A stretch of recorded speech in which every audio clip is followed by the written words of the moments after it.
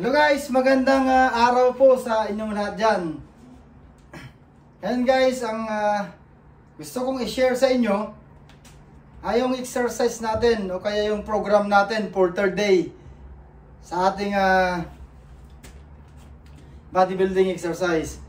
So, ngayon guys, ang papakita ko sa inyo ano ba yung pwede nating gawing mga exercise para sa ating third day, para sa shoulder at yung traps.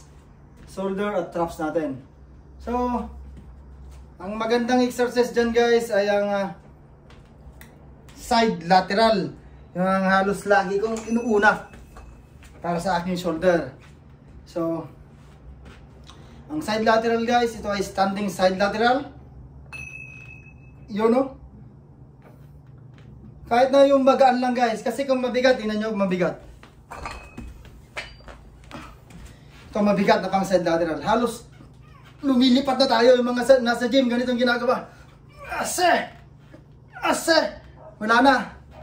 Pag nag-exercise lang kayo dito, pati tuhod nyo na exercise na rin. Mabigat kasi eh. So talaga nag-cheat na tayo. So, yung gamitin natin dumbbell guys, yung manageable natin. Yung mamamanage lang natin. Yung sakto lang. Yun. Yung iba kasi gumagano na sila eh. Sa bigat ng ginagawa nila. Hindi kasi sa bigat ng binubuhat natin guys, na de-develop ang muscle natin. Kundi sa proper form. So guys.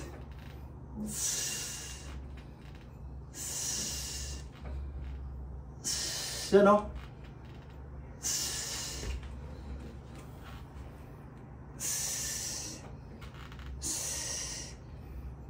Yun guys, yung side lateral.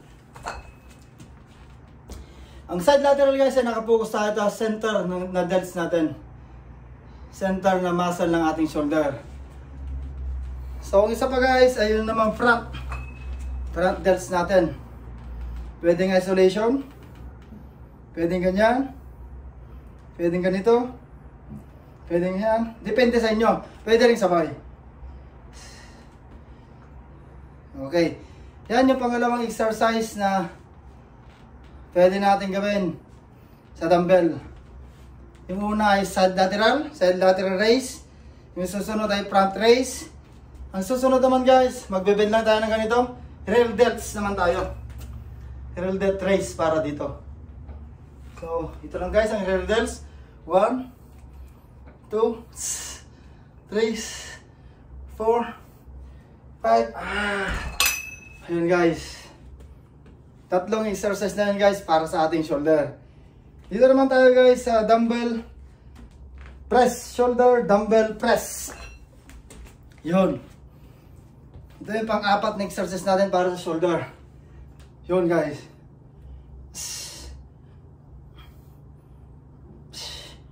Depende sa inyo guys kung ano yung mas prepare ninyo. Yung standing o kaya pwede naman tayong seated. Sa apat na exercise na yan guys, pwede natin gawin naka-standing tayo o kaya umupo tayo sa bench. Pwede yun guys.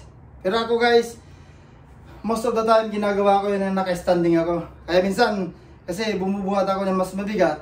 So at least, tumutulong kasi yung posture mo. Yung kasing seated ka, halos hindi ka makachit eh. Eksakto lang eh. Kasi pag dumbbell press eh, tumutulong eh. Parang tumutulong yung buo mong katawan. Kasi minsan kinukuha ko yung PR ko sa my shoulder. Parang gusto ko mabigat na mabigat. Pero mas maganda pa rin yung eksaktong weight ang binubuhat natin. Kasi para hindi tayo ma-injury. Iniwasan natin dito yung injury. So, ilang exercise na guys ay ang apat yung dumbbell press natin. So, pwede rin tayo mag barbell. Ito, i-consider natin barbell. Barbell press natin. Yun.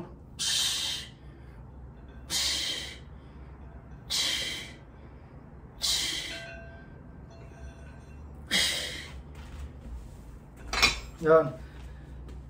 So, pang-5, ang barbell press natin. Pang-6, pwede rin kayo mag-isolation ng shoulder. Nakatulong, mas maganda rito minsan. Kasi identify talaga yung muscle mo. Yun. Yan guys, yung 6 na exercise natin na pwede natin gawin dito. Pwede rin yung gawin ang resistance band kung gusto nyo guys.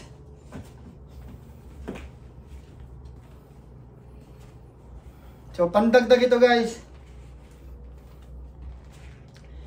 Pwede nyo gawin dito yung side lateral.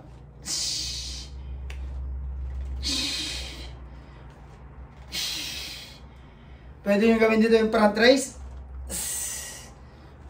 Pwede ganyan. Pwede yung paharap. Pwede rin dito siguro yung yan o. Side lateral. Ay, yung rear delts. Ayun. Depende guys kung ano yung gusto yung mas prepare ninyo. Yung resistance bands o kaya yung mga dumbbells natin.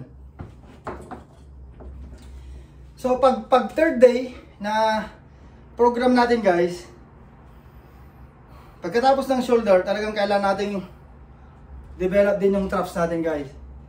So ano ba yung mga exercise na pwedeng gawin sa dumbbell and barbell natin? Consider yung barbell natin yung easy bar. So dito guys, pwede natin gawin yung upright row. Upright row.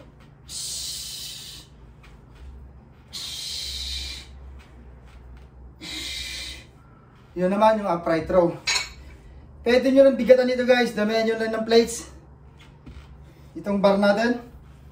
And then, pwede tayong mag-shrugs. Ito guys yung gumagalaw. Yun lang natin. Halos yung shoulder lang gumagalaw. Hindi yung, ito yung nagbubat, hindi yung ganon. Yun. Pero mas maganda, mas mabigat. Yan yung pangalawang exercise natin para sa ating traps. Pwede rin natin gamitin dumbbell shrugs. Magaan lang kasi. Bigatan nyo lang. And guys, yung tatlong exercise na lagi yung ginagawa para sa aking third day. Shoulder and traps. Okay guys, sa mga susunod na araw ay share ko naman sa inyo kung ano yung pang-apat na program natin para sa ating exercise for bodybuilding. So ang pang-apat natin guys, ang usually na ginagawa namin ay legs naman. Legs, nakapokus naman ako sa legs. Yun guys, legs. Yung mga pang babae naman dyan ay legs at saka yung butt nila. At kung may panglima pang araw, talagang lubos-lubusan ang pag-exercise ko sa abdominals. Kung kulang naman ang araw ng pag-exercise ninyo, sa pang-apat na araw, pag ginagawa nyo yung exercise para sa inyong legs, ay pwede nyo rin isabay yung abdominals. Pero, pag nasa gym guys, mas magandang, kasi ang routine ko guys sa exercise sa gym, ang unang ginagawa ko ay nag-warm up pa ako. Mga 2 to 3 minutes. And then after that, 5 minutes abdominal exercise or kakardio ako. Pero focus ako sa abdominals. And then bago ko pupunta sa aking program. And then after my program, magkakardio ako at saka abdominals ulit. And then cool down exercise. Ganun lagi ang routine ko sa gym guys. So pwede rin natin gawin sa ating mini gym. So at least itong mini gym natin ay kung hindi tayo makapunta sa gym ay meron tayong meron tayong pwedeng gawin para sa ating bodybuilding exercise. Okay guys, maraming salamat sa mga nanonood dyan. Shoutout pala ulit sa aking Master Jubits na nagturo sa akin ng lahat ng mga ito. At hanggang ngayon tuloy-tuloy ako sa aking bodybuilding exercise. Ito yung aking fanatic kasi ako sa gym. So ito na yung routine, ito na yung parang isa sa aking pinagagawa sa aking buhay. So maraming salamat guys sa mga bago po sa ating channel. Huwag niyo pong kakalimutan paki-subscribe or paki-click ang like button upang updated kayo lagi sa ating mga sumusunod na video. Ang inyong pong lingkod, kapatid at kakosa architect, Peter Monar.